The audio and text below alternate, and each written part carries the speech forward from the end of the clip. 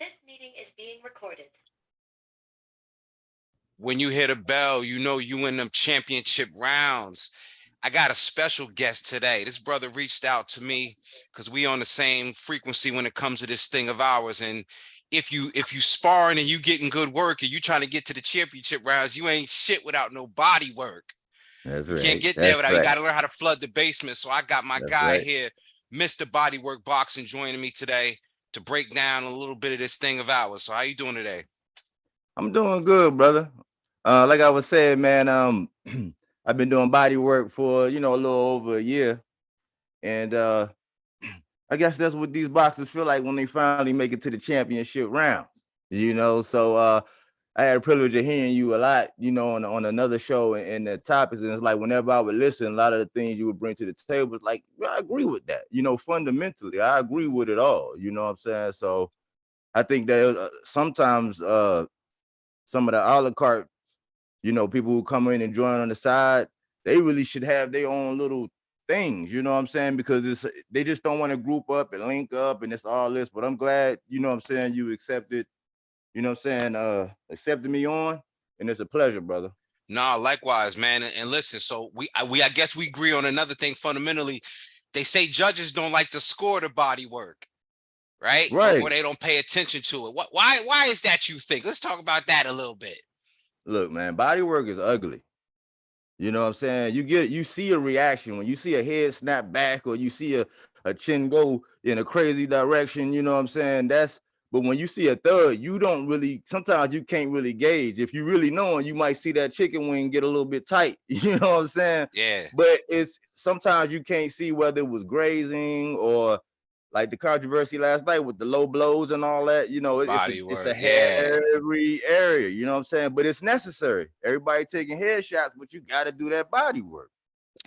Yo, so and again, I love that focus on it, because if you don't give your opponent something different to look at, like you talked about, just everybody having a different opinion, a different perspective, you got to give your opponent something different to look at. And if you don't go to the body and you head hunting, you're not giving yourself a chance to win that fight. So I totally agree. And another thing I want to talk about is, you mentioned this, we talked a little bit behind the scenes, the championship rounds, because that's one thing we can also agree and kind of relate philosophically. So tell us, what do the championship rounds mean to you?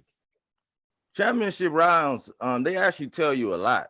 You know what I'm saying? They are revealing, it'll tell you whether or not your game plan was right or wrong, but it's a separator. It's a time to where if everything's hanging in a balance, it's your time to shine.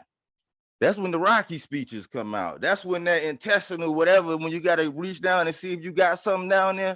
That's when you know what I'm saying? That's when it's time. You know what I'm saying? The championship rounds. Because, it was a couple fights that I was looking at, thinking about your show that day when I reached out, man. About remember the Laura and Hurd fight? Yeah, yeah. And to me, Laura won that fight, to me, in my opinion. When I was scoring and I was looking at Laura, actually won that fight. Hurd clipped him, man. Yeah. And when he hit the canvas, that was in the championship rounds, and that gave the judge, that gave whoever the impetus to say, you know what, we got to give it to him, because that's what, like, because politically you can kind of finagle the bagel, you know what I'm saying, so to speak, depending on how you want to. Sure. But the championship rounds, you do something in the championship rounds, or if you show up, a la T.O. and Cambosis. If you look at it, T.O. went in there, he rushed in there, you know what I'm saying, like a bull in a china shop. And Cambosis, you know what I'm saying, was an effective counter and caught him and put him down early. And T.O. was like, oh, then he was getting the bad advice and stuff. And as time went on, T.O. was like, oh, okay, cool. He started working more. Yeah. But what happened was when he got the knockdown in the 10th, right? Everybody was like, wow. And I believe that he actually stunned Cambosis more than he got stunned. His was a flash knockdown. Sure. But he actually hurt Cambosis. But guess what Cambosis did? In them championship rounds, he showed up. He showed the judges that he wanted it more. And sometimes that can attribute to your conditioning if you're trying to do the rope-a-dope thing, to where it's like, I think I saw a little bit of that last night in 2 fights, where, somebody said, I'm going to let the other guy work, you know what I'm saying? And I'm going to hope that gas tank, because the Carfax read that the gas tank is bad, you know what I'm saying? So I'm relying on that.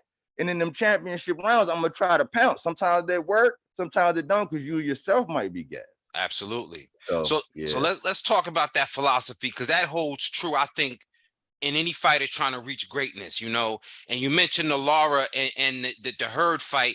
It was a coincidence to me. It's kind of body work meets championship rounds. I think it was Hurd's body work in the early rounds that slowed Lara down for the championship rounds. Okay. yes, yes, So, you know, there's yes, definitely a science to it. Let's talk about the science of what some of these younger guys do. Let's start at the bottom of the card. Diego Pacheco. right, Um, let's talk about his performance. And I didn't know that he's trained by Benavidez Sr. That's Jose Benavidez Sr. yes. He's also at 168, same division as David Benavidez. What do you think of Pacheco as a fighter, and what do you think of last night's performance and where that puts him in that division? Last night I was actually impressed. You know, that was one of the fights that it was on high alert because I'm on senior. I'm on this bumper. You know, I believe that, some trainers, they actually had the privilege of actually coming into contact with some very talented. They're already, you know what I'm saying, they're already gifted. As you can see, a lot of his fighters are already gifted. Sure. What I'm saying is that they're more offensively gifted than they are defensively gifted. And that don't really show up. So I was actually looking at it because of the Rayo loss, Mhm. because of, Junior and his loss and how he couldn't make any adjustments. And, it was like two lost puppies at some point. And then I looked at the accountability from Senior, and it was basically like, these guys didn't listen. And I'm like, that's not, I mean, for me. But so I was like, okay, I'm gonna look at this Pacheco, right? And when I initially looked, I saw some of the interview of what he was saying, and to me, it was like, man, you don't even know some of the competition in your division. I'm like, I don't know if I'm in the division, man, from the tippy top to the very bottom. You know what I'm saying? I'm getting socials. I want to know what you like in your coffee. You know what I'm saying? I want to know Sure. everything. But in regards to Pacheco, he showed me that Senior is actually doing a good job with him. Attributed to about what Pacheco said. See, he's a tall, rangy fighter, and Absolutely. he Like knows his, David. like David, but he knows that his place is not on the inside. Yeah. And what I saw from him last night was it was sustained pressure. It was a pressure like some fighters like to just keep they call it foot pressure, like to be with foot pressure and distance to where they might not be first, but they keeping that pressure on you and they trying to get you to throw so they can react and counter. Sure. And what I saw was that it was a point in time when he was picking and choosing. He had Buddy guessing at some point. He had him guessing, and then he started hitting him. I think Buddy had felt something that he didn't like. And at that point, it's like, okay, now I'm ring general because now you're on the back foot. And so I think that, man, I think the potential. I saw a lot of potential. I said, man, that skill set, if he can do that, it's almost kind of glimpses of what I saw with Ryan, where even though I'm not a big Ryan fan, I'm talking about the skill set, Just the natural the, skills. the natural skill set. I think that that's a lot to be developed on. And I was happy to hear Senior was telling him, hey, look, your place is not on the inside. You outside, you pick and choose and then, pick your poison. And then when pounce on them or do whatever you gotta do to get them out of here if you smell blood. But that was Senior, he got kudos for me on that. I'm excited about that young man. And I think that Pacheco, he showed a lot of patience last night, because I honestly, again, no pun intended, I thought he needed to go to the body a little bit more, but I said that's not his game. And I Yeah. just thought, well, what if he gets in there with a guy like, and I'm thinking way ahead, but somebody at 168 that's going to try to, cut the distance off, even like a Gabe Rosado, without jumping ahead, a guy that's going to try to put that foot pressure, like Yeah. we talking about. So I said to myself, but he's developing.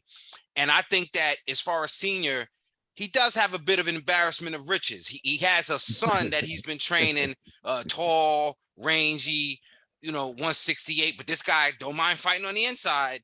And then you got Right. another more athletic, tall, rangy, 168 that uses that athleticism to fight on the outside and can do so. So yeah, he got a nice stable over there, and I'm looking for Pacheco definitely to excel. 168 can get tricky. And then remember, before we talk about the main event and how what impact that has, I think even looking at what was this? The Gabriel Rosado fight. Right. What'd you think of that decision? Some people thought Rosado had, in quotes, done enough. No. No. It to me, in my opinion, man, it was clear that that guy was actually he found out early that Gabe didn't have what was going on. It was almost like that. It looked like the man called mercy, man. He kind because you can see it in his body, you know what I'm saying? You can kind of see it in his body. And I'm just one of them guys to where once you start dibbling, dabbling on the, you on the mic one day and it's like you can't play boxing, man. Sure. And I think if that guy was a little bit more aggressive, I think that he realized now he at the very end. I was saying, man, I said this guy gonna mess around and win all them rounds and get clipped in the end because that's what Gabe was waiting for. Yeah. He knows that he was gonna try to decapitate him if he got his chance. And if right at the end in that last round, he caught Buddy up against the ropes. You know what I'm saying? I was just like, man, see, that's the danger. But that wasn't a good. I don't know how much that really did for my man. You know what I'm saying? That's why the 1 foot in, 1 foot out. But I think I don't really think it was close, man. That was just Buddy got on cruise control. But as it relates to somebody like Pacheco, sure. If you talk about that, I want to say I think he's more cerebral. I think he's cerebral and he's disciplined. But it's one thing when somebody is not going to allow you to do that. Sure. Because that some people are not going to allow you to do that. Like when you get a pressure fighter, it's not going to allow you to just stay back and use that jab because they know, like Fundora, somebody like Fundora, like a style like Fundora, even though he has all those tools, it's crazy. He will go inside and he's going to make you, you know what I'm saying? He's going to go to your, he's going to hit you in the bread basket, you know what I'm saying? He's going to put water in the basement like they say. But I that's what I think about that. Well, another piece of I guess a gem we learned with a young fighter, Emma Williams. I think I saw something different in him to where he was in there with Kieran Conway. Kieran Conway's a UK guy. He's been around the block a little bit. And one thing I know about Emma Williams is sometimes he tries to blow his opponent out early in the match. Yeah. But I think he did well for going a few rounds with a tricky kind of fighter. What'd you think of his performance? Overall, I'm glad he got the job done. I said that before that he's really raw. He was really raw, and I thought that it was a good look with him working with Kevin Cunningham. I was kind of disappointed, that he wasn't working with Kevin Cunningham in this fight because he looked a lot polished, but in the weigh-in, he looked a little different in the weigh-in, like, and then when he came out, and that's one of them things to where that was a fight where his physical talents afforded him the opportunity to make a lot of mistakes. Yeah. He has a killer left hand. If he line you up with that and he's able to land that flush, it's not too many people that can survive that, which I'm glad. I just want to see him not do so much wasted movement because some of the showmanship sometimes when you're doing all the extra, it's like Errol Spence, you know what I'm saying? He don't do all. It's no wasted movement. It's no angle that he's in that he can't be in which he can still, put on an attack. And I think that Kieran, he made a good account of himself. Sure. I think he made a good account of himself. I think that somebody that might have been a little bit stronger and dealt with a lot more straights, because some people deal with straights. Like they're gonna wait, you know what I'm saying? They're gonna take that subtle half step back and come straight down the middle. So I was happy to see Ammo out again because of the, the whole mental health thing and and everything. And I'm glad to see him getting back to it. I think it was a good, in hindsight, I said he needed those rounds. He needed somebody like that, because a lot of these guys leading back to the championship rounds, we in the microwave generation. Right? Where everybody's like, you get 16 fights and you ready to take on the world.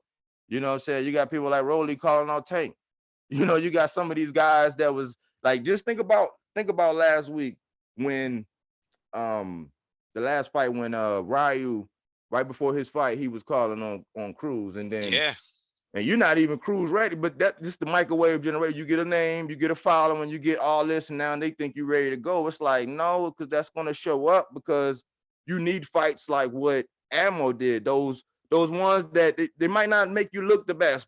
They might be ugly, but it's gonna let you get those rounds in. It's gonna let you see, it's gonna put something on film for you to work on. I think that was good No, about that. I agree, man. And I think that a similar fight, the co-main event, Bam Rodriguez.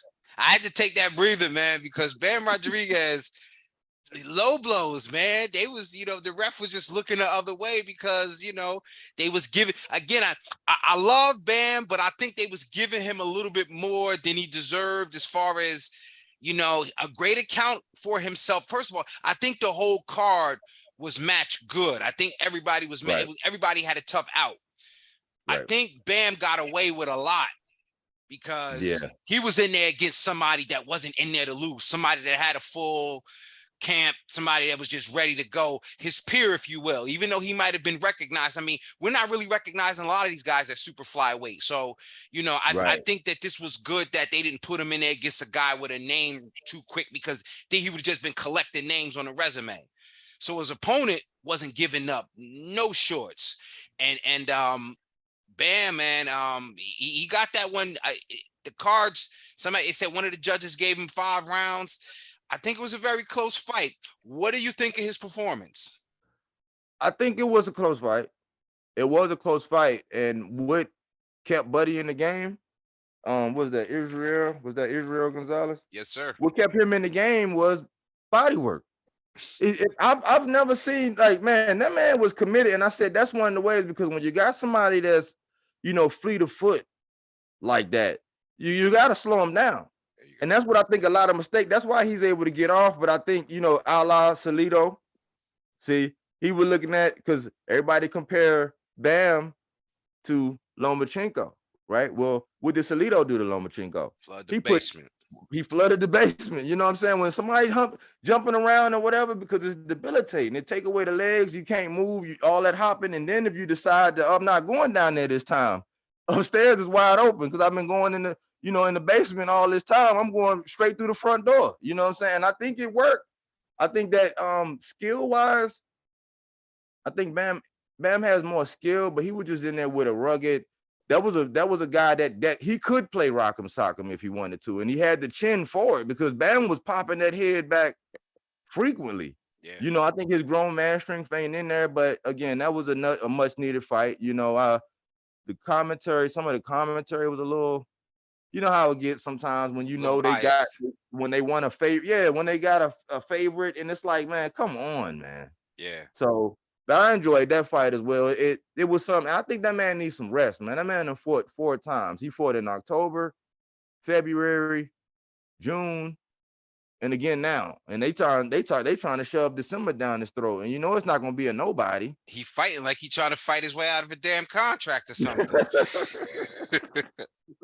He might, but hey, Eddie know he got a gold mine, man. I mean, I think it's cool. Let that man get off into maybe early spring next year, because he does have some names, And he printing money in Texas. Like you said, he's a gold mine. He's printing money in Texas. They put this boy anywhere in Texas, he printing money. I think in California, he does well too. So shout out to them.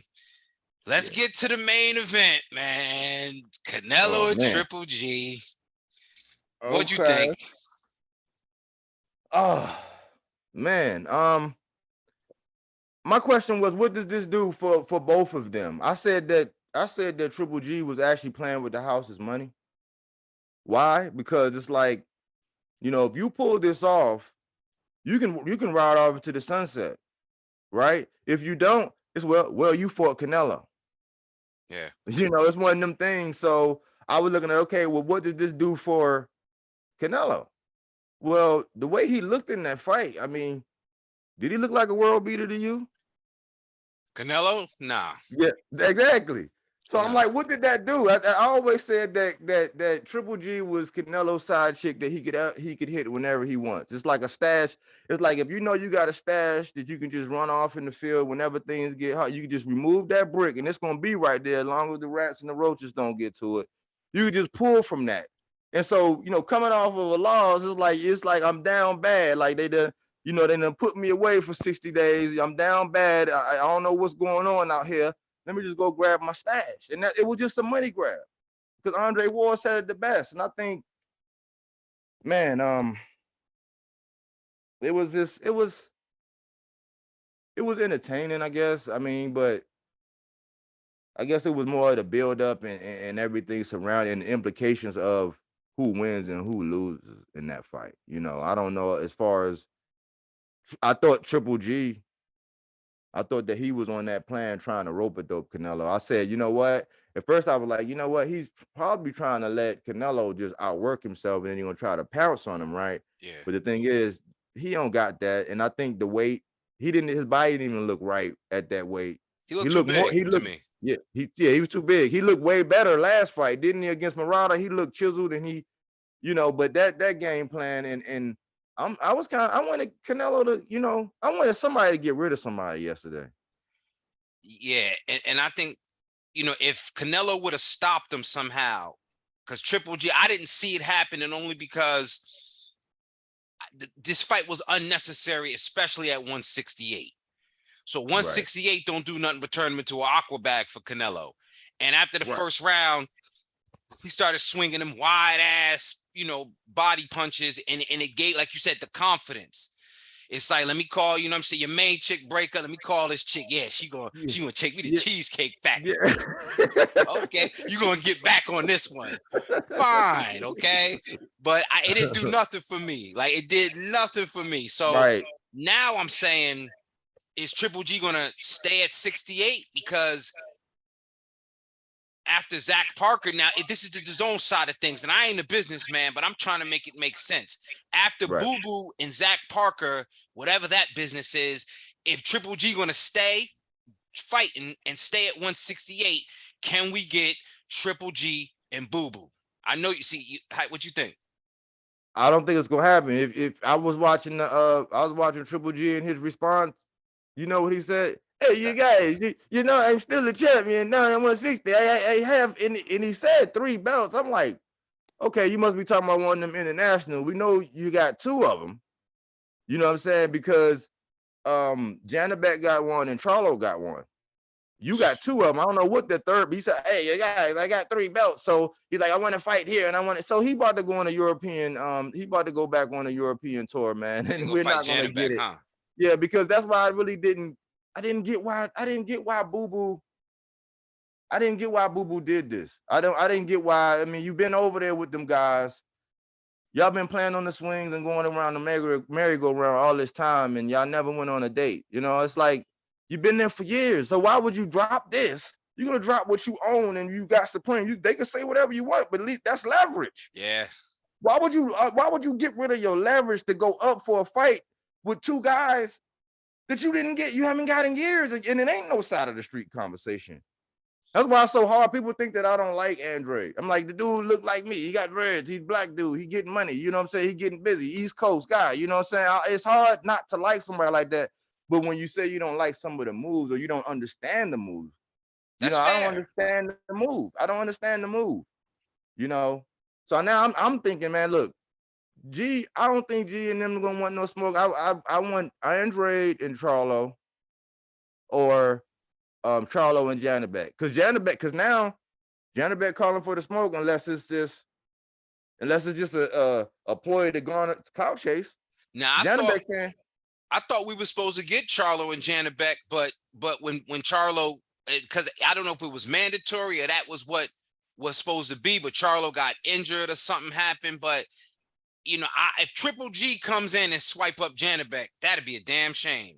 Because then who does that leave Charlo? Does he then move up to 168 or I don't know what happens. Look, this is why I say they got this system on lock. King, look, they're a fellow countryman. They already came out and said this is gonna be no smoke. There's gonna be no Triple G and Janabek smoke. He looking at him like how Usyk and Loma look at each other. We That's what just gonna Usyk and hold Loma. it. So basically, so it's like my theory is like, because I'm not worried about that. I'm worried about what we. I'm like Charlo. You want to smoke with GGG, Silent G? Okay, he don't want no smoke. Well, he got Lasagna. his little man's got a belt now. He telling him, and his little man talking about you easy work. You know Yeah. what I'm saying?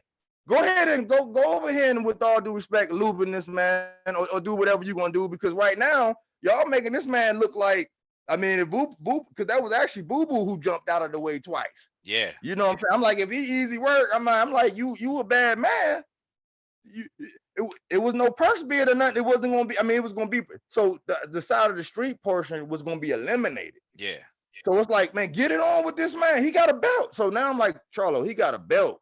That ain't no fake. That ain't no. You know what I'm saying? He got a belt. Yeah. So I don't know, man. The boo boo. I don't know, man, because some of that's dealing with Eddie, and you know, I say the same thing about Eddie and Bob. You know what I'm saying? They all like to talk. Sometimes they telling the truth. Yo, that's real.